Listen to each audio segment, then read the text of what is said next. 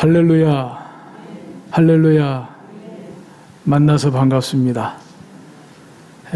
코로나로 가뜩이나 어려운 때임에도 불구하고 이렇게 정해진 한도 내에서라도 또 대면 예배로 최선을 다해 주신 여러분께 진심으로 감사를 드리고, 오늘 이 시간 예배 가운데 또 주시는 말씀으로 한없는 은혜를 받고 위로도 받고 또 힘도 얻고 평안한 가운데에서 돌아가시기를, 또 한 주간 승리하시기를 주의 이름으로 축복합니다. 이 권력에 빗대어 이런저런 말들이 있습니다. 또 속설도 있고요. 그 중에 몇 가지만 소개해드리면 이렇습니다. 잘 아시는 것이지요. 화무 11홍이라. 화무 11홍이라. 꽃도 10일이면 진다는 것이지요. 아무리 화려한 꽃도 10일이면 진다. 권불 10년이라는 말도 있습니다. 권력은 10년을 못 간다는 것입니다.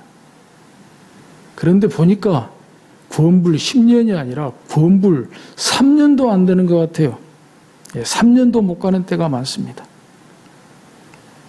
그만큼 권력 무상이라는 거죠. 권력 믿을 것 못 된다는 거죠.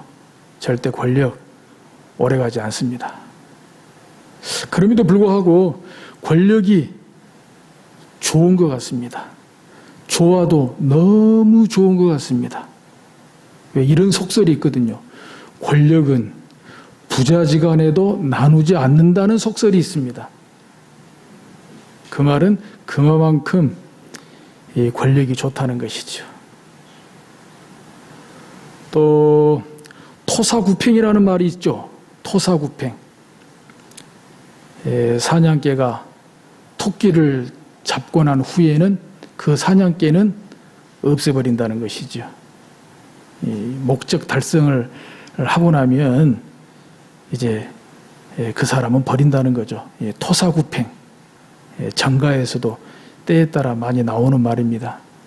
그만큼 권력이 아무리 좋아도 권력을 믿을 수 없고, 권력은 오래가지 못한다, 권력 무상이다, 그런 뜻이 되겠는데요. 오늘 주어진 하나님의 말씀을 통해서 그것이 아니다는 것을, 그런 상식을 뒤엎어버린 한 사람을 소개하려고 합니다. 화무 11홍이 아니고 권불 10년이 아니고 정말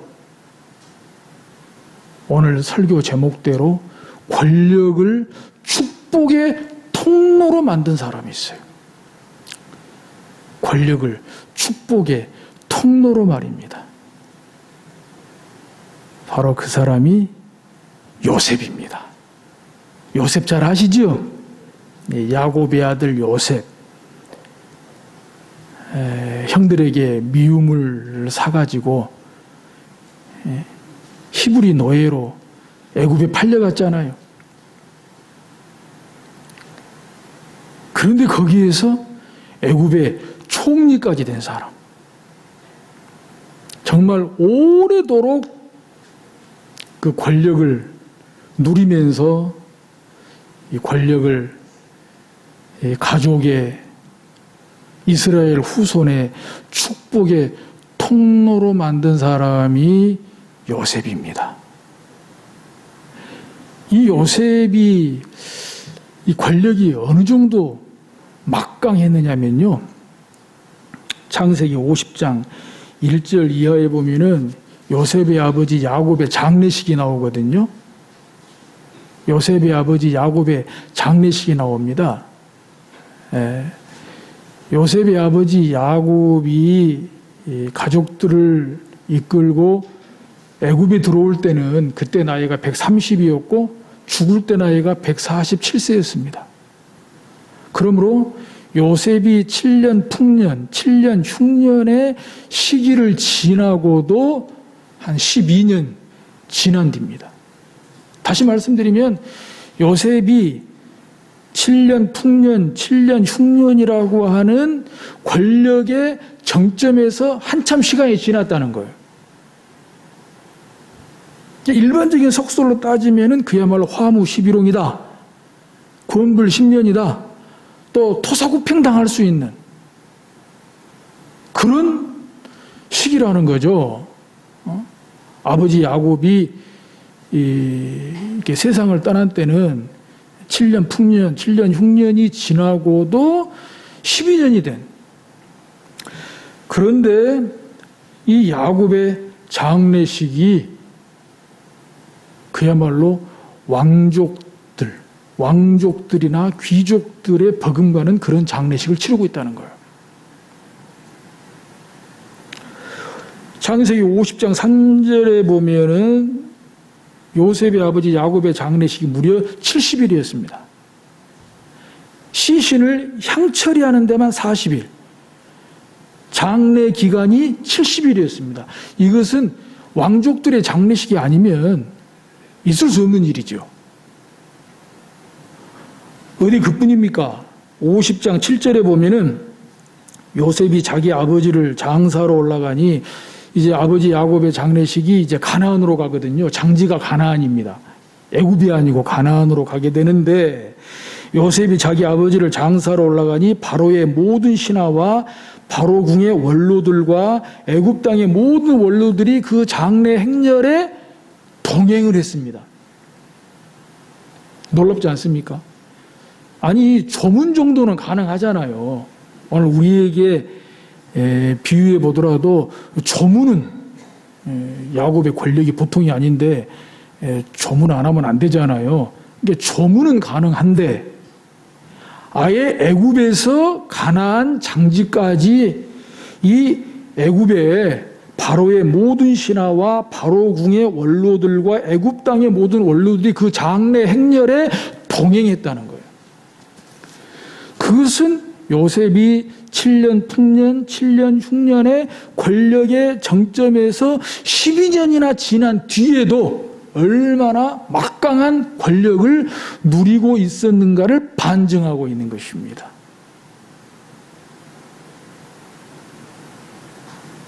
자, 이렇게 볼 때 요셉이 어떻게 해서 이것이 가능했을까? 아버지 야곱의 장례식을 왕족의 수준에서 장례식을 치를 정도로 또 바로의 신하들, 애굽의 그런 신하들 원로들이 아버지 야곱의 장례 행렬에 동행할 정도로 우선 아버지에게 권력이 축복의 통로가 됐잖아요. 어떻게 권력의 정점에서 12년이나 지나도 토사구팽 당하지 않고 오히려 더 막강한 권력을 누릴 수 있었느냐는 거죠. 더 나아가서 권력을 축복의 통로로 만들 수 있었느냐는 거죠. 바로 여기에 요셉의 신의 한 수 같은 선택이 있었던 것입니다. 신의 한 수 같은 결단이 있었다는 것입니다. 아마 이걸 잘 배우면 우리나라에도 권력을 축복의 통로로 만드는 대통령이 나오지 않을까 싶습니다. 우리 한국 현대사의 불행 중에 하나가 대통령 중에서 권력을 축복의 통로로 만든 분이 거의 단 한 분도 안 계시잖아요. 다 비극으로 불행하게 임기 전에 임기 후에 다 그렇게 마쳤잖아요. 근데 오늘 요셉을 통해서 이런 신의 한 수를 배우고 또 선택할 수만 있다면 우리 가운데에도 권력을 축복의 통로로 만드는 대통령뿐만이 아니라 여러 지도자들이 나오지 않을까 그렇게 기대를 많이 해봅니다. 바로 그 신의 한 수, 권력을 축복의 통로로 만들었던 신의 한 수, 그 선택이 바로 여기에 있습니다. 창세기 46장 31절부터 보게 되면 이제 그 흉년을 맞이해서 아버지 야곱과 그의 형들 또 이 가족들이 애굽으로 들어오지 않습니까? 물론 잘 아시는 대로 이 형들이 요셉을 미워해가지고 아버지 야곱이 요셉만 좋아한다, 요셉만 사랑한다, 편애한다, 이것 때문에 미움을 잔뜩 사가지고 형들한테 구덩이에 빠져 죽을 뻔했죠. 근데 어떻게 이제 목숨은 살아가지고 노예로 애굽에 팔려가지 않습니까? 그래서 처음에는 애굽의 시위대장 보디발의 집에 가정 총무로도 일을 하고 또 그것도 안 돼가지고 억울하게 누명을 뒤집어 쓰고 또 감옥에 가고 그러지 않습니까? 그러니까 요셉은 애굽으로 간 자체가 히브리 노예고 또 히브리 노예로서 이렇다 할 학벌이 없어요. 학벌이 없어요. 그냥 가정 총무, 그냥 그런 종, 뭐 감옥살이 이거의 전부인데 성경은 분명히 말씀하시죠. 하나님께서 요셉과 함께 하심으로, 하나님께서 요셉과 함께 하심으로 그가 형통했다 그랬거든요. 그래서 이제 훗날 요셉이 히브리 노예로 팔려갈 때 나이가 17세, 17이었거든요. 그리고 30에 애굽의 총리가 됩니다. 그리고 7년 풍년 지나고 흉년 2년째 접어들 때 22년 만에 이제 아버지 형제들과 극적인 상봉을 하고 화해를 하거든요. 그 형제들이 철저하게 잘못을 인정하고 뉘우치고 회개하고 여러 가지 시험을 통해서 이제 극적으로 화해하고 만나게 되지 않습니까? 그렇게 해서 결국 애굽 왕 바로의 은혜로 온 가족들이 이제 애굽으로 들어오는 거예요. 그러면 애굽에 들어와서 이제 정착해서 살아야 되잖아요. 그때 요셉이 자기 형들에게 애굽 왕 바로 앞에서 할 말을 일러줍니다. 분명히 바로가 이렇게 물을 텐데 형님들은 이렇게 대답하시오. 그런 내용이 창세기 46장 31절 이하에 나와 있어요. 아주 중요한 신의 한 수기 때문에 읽으면서 말씀을 드리도록 하겠습니다. 창세기 46장 31절부터 보면 요셉이 그의 형들과 아버지의 가족에게 이르되 내가 올라가서 바로에게 아뢰어 이르기를 가나안 땅에 있던 내 형들과 내 아버지의 가족이 내게로 왔는데 32절에 그들은 목자들이라 목축하는 사람들이므로 그들의 양과 소와 모든 소유를 이끌고 왔나이다 하리니 33절 바로가 당신들을 불러서 너희의 직업이 무엇이냐 묻거든 34절 당신들은 이르기를 주의 종들은 어렸을 때부터 지금까지 목축하는 자들이온데 우리와 우리 선조가 다 그러하니이다 하소서. 애굽 사람은 다 목축을 가증히 여기나니 당신들이 고센 땅에 살게 되리이다. 요셉이 형들한테 당부하는 거예요. 애굽 왕 바로가 당신들의 직업이 뭐냐고 묻거든 우리는 조상 때부터 목축을 했습니다. 우리 직업은 목축입니다. 그래야 고센 땅에 삽니다. 이것이 신의 한 수라는 거예요. 권력을 축복의 통로로 만든 신의 한 수라는 겁니다. 제 아무리 권력이 화무 11홍이요 구원불 10년이요 토사 9평이라고 할지라도 그 상식을 완전히 뒤엎고 오래도록 그 권력을 누리면서 권력이 축복의 통로가 된 신의 한 수가 목축업을 택했다는 거예요. 목축업을 택한다고 말하라고 했다는 겁니다. 이것이요, 지금 조금만 제 설교를 듣고 보면 금방 이해가 돼요. 애굽은 당시 농경사회입니다. 농업사회라는 겁니다. 인류 문명의 원시 수렵사회, 그 다음에 목축사회, 농경사회, 산업사회, 정보사회 이렇게 발달을 해왔잖아요. 그러므로 당시 애굽이 농경사회였다는 것은 농업이 첨단 산업이었다는 거예요. 애굽은 농업사회로서 첨단 산업을 하고 있었다는 겁니다. 그러면 우리 보통 상식 같으면은 당연히 형들에게 애굽 왕 바로가 당신들에게 직업이 뭐냐고 물으면은 뭐 목축업이니 이런 말 하지 말고 농업을 택해라고 말을 해야 우리 보통 상식이라 이 말입니다.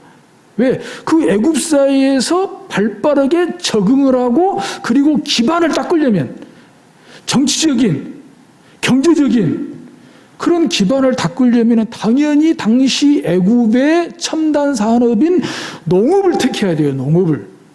그래서 애굽 사회에 파고 들어가야 돼요. 애굽 사회에 정착을 해야 돼요. 애굽 사회에 뿌리를 내려야 돼요. 애굽 사회에 영향력을 끼쳐야 돼요. 마침 요셉에게 막강한 권력이 있잖아요. 그리고 요셉이 생각만 조금만 하면은 지금 요셉하고 정략 결혼을 맺고 싶어하는 왕족들, 귀족들도 줄을 서 있을 거예요. 왜? 당시 요셉의 형들, 그 조카들 가운데에는 아직 결혼을 하지 않은 조카들도 있을 거 아닙니까? 그러면 당연히 요셉이 막강한 권력을 갖고 있으니까 이럴 때 요셉과 정략 결혼을 해야지 서로 상생, 공생, 권력을 누리지 않겠습니까? 요셉이라고 일반적으로 왜 그 생각을 하지 않겠냐는 거예요. 우리 가족이, 우리 가문이 애굽에서 뿌리를 내리고 영향력을 행사하고 어떻게 얻은 권력인데 이 권력을 오래도록 유지하고 이러기 위해서는 첫째 정략 결혼, 둘째 농업 선택. 이건 기본이고 상식일 수가 있어요. 그런데 요셉은 농업을 선택하지 않았다는 거예요. 목축업을 선택했다는 거예요. 우리는 놀라지 않는데요. 당시에 애굽 왕 바로는 놀랐을 거예요. 와, 요셉이 보통 아닌 줄 알았지만 진짜 보통 아닌 사람이다. 어떤 면 애굽 왕 바로도 요셉을 주시하고 있는 겁니다. 어떻게 하나 보자. 어떻게 판단하나 보자. 근데 전혀 예측을 빗나가게 농업이 아닌 목축업을 선택한다는 거예요. 그것은 애굽의 변방으로 살겠다는 거예요. 애굽의 중심부에 들어가지 않고 애굽의 변방에서 살겠다는 거예요. 이것이 어쩌면 애굽 왕 바로의 절대적인 신뢰, 절대적인 신임. 아, 요셉은 권력이 전부가 아니구나. 권력이 다가 아니구나. 아무나 함부로 넘볼 수 없는 뭐가 있는 사람이구나. 그래서 창세기에 보면은 당시 애굽 왕 바로가 요셉하고 권력을 나눠 갔습니다. 권력을 나눠 가질 정도예요. 자기 권력을 다 줄 정도예요. 그거 믿지 않고 어떻게 합니까? 요셉을 믿지 않고는 그렇게 할 수가 없어요. 거기에 마지막 방점을 찍은 것이 바로 자기 형제들로 하여금 농업이 아닌 목축업을 선택하게 한 것이라는 거죠. 바로 이것이 권력을 축복의 통로로 삼게 된 결정적인 계기가 되었고, 그리고 훗날 400년이 지나서 이 가족이 민족을 이루어서 애굽에서 나가는 출애굽하는 그런 원년을 삼게 되었다라고 하는 사실입니다. 바로 이것입니다. 오늘 본문이 주는 가치는, 오늘 본문에서 말씀하시는 하나님의 메시지는 바로 이것입니다. 요셉이 어떻게 권력을 축복의 통로로 만들었냐는 거예요. 권력을 축복의 통로로 만들기 위해서 애굽의 중심이 아닌 농업을 선택하지 않고 애굽의 변방인 목축업을 선택했느냐는 거예요. 오늘 주신 본문 가운데 창세기 50장 24절에 요셉의 마지막 유언이 나옵니다. 정말 가슴 뛰게 하는 유언입니다. 요셉이 그의 형제들에게 이르되 나는 죽을 것이나 하나님이 당신들을 돌보시고 당신들을 이 땅에서 인도하여 내사 아브라함과 이삭과 야곱에게 맹세하신 땅에 이르게 하시리라 하고, 아브라함과 이삭과 야곱에게 맹세하신 땅에 이르게 하시리라 하고, 요셉은 죽어도 애굽에서 나갈 것을 꿈을 꾸었어요. 요셉은 죽어도 애굽에서 나가게 하실, 출애굽하게 하실 하나님의 약속을 꿈을 꾸었다는 것입니다.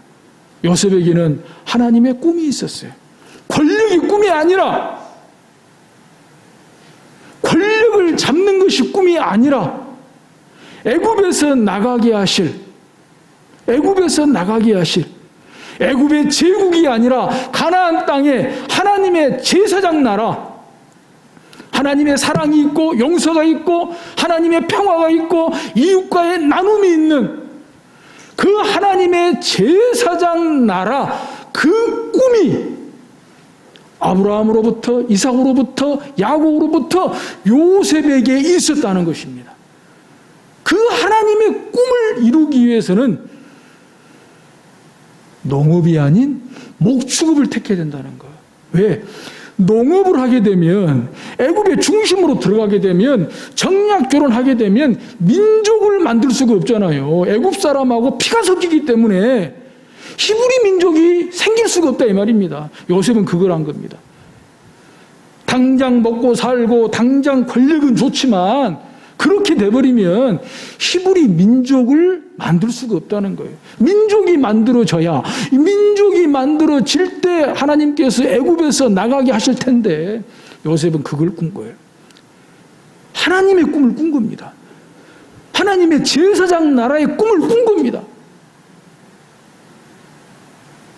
바로 이 꿈을 가슴에 품었어요. 어릴 때부터, 청소년 때에도, 히브리 노예로 살 때에도, 감옥에 들어가서도, 총리가 돼서도,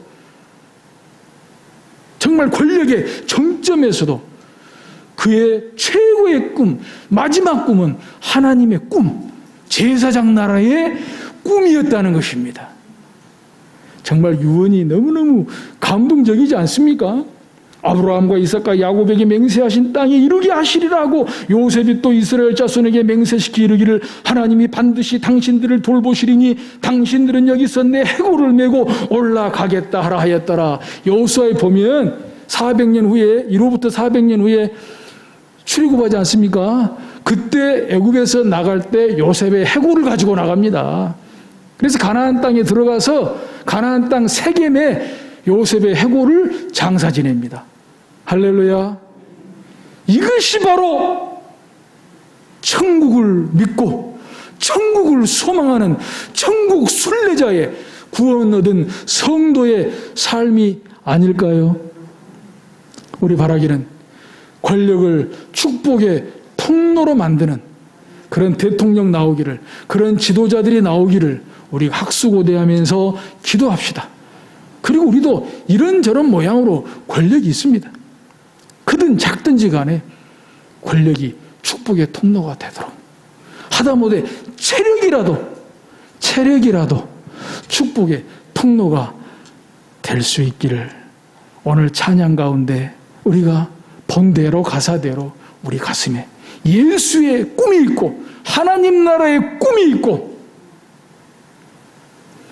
그런 꿈을 꾸는 축복의 통로가 되실 수 있기를 주의 이름으로 축복합니다. 주보에 여러분께 띄운 목회 서신을 읽어드리고 오늘 설교를 마치겠습니다. 사력과 체력, 최근에 새벽 기도회를 마치고 최 장로님과 함께 자전거를 탔습니다.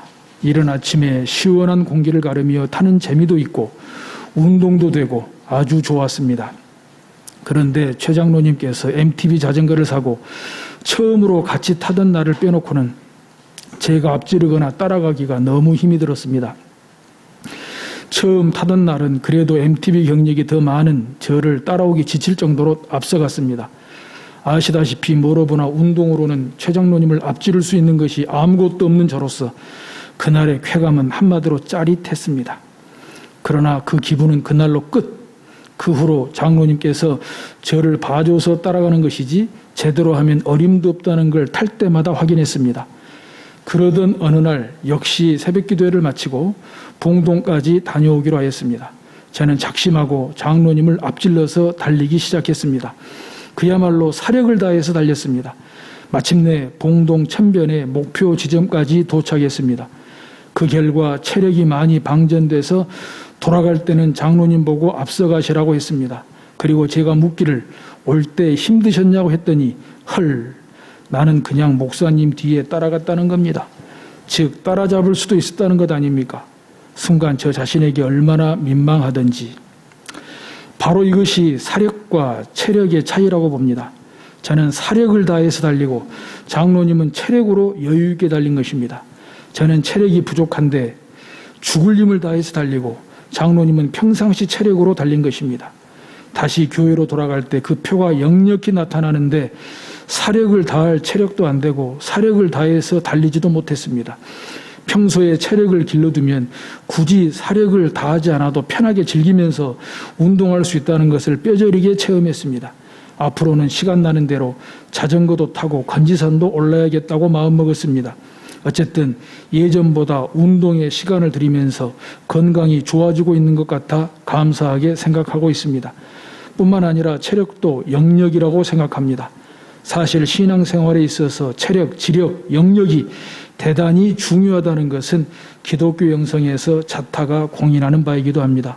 젊고 건강할 때는 지치고 피곤해도 버틸만 했는데 건강도 예전만 못하고 이제 6학년에 들어서는 나이가 되고 보니 체력도 받쳐주어야 목회도 되는 것 같습니다.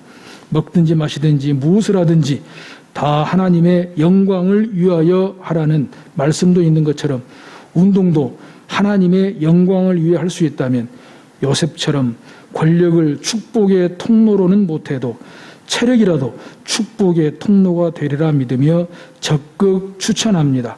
2021년 7월 18일 지안 오양로 목사 드림 기도합니다. 하나님 아버지 감사합니다. 7월 폭염 한더위의 기세에도 아랑곳 없이 더 예배의 열정적인 기세로 오늘 예배 중심 주일 성수로 하나님께 예배하게 하심을 감사를 드립니다.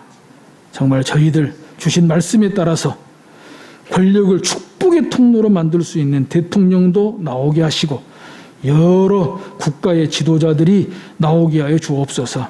저희들도 가정에서나 교회에서나 어떤 이유로라도 우리 사랑하는 자녀들에게 축복의 통로가 되게 하여 주옵소서. 예수님의 이름으로 기도드리옵나이다. 아멘.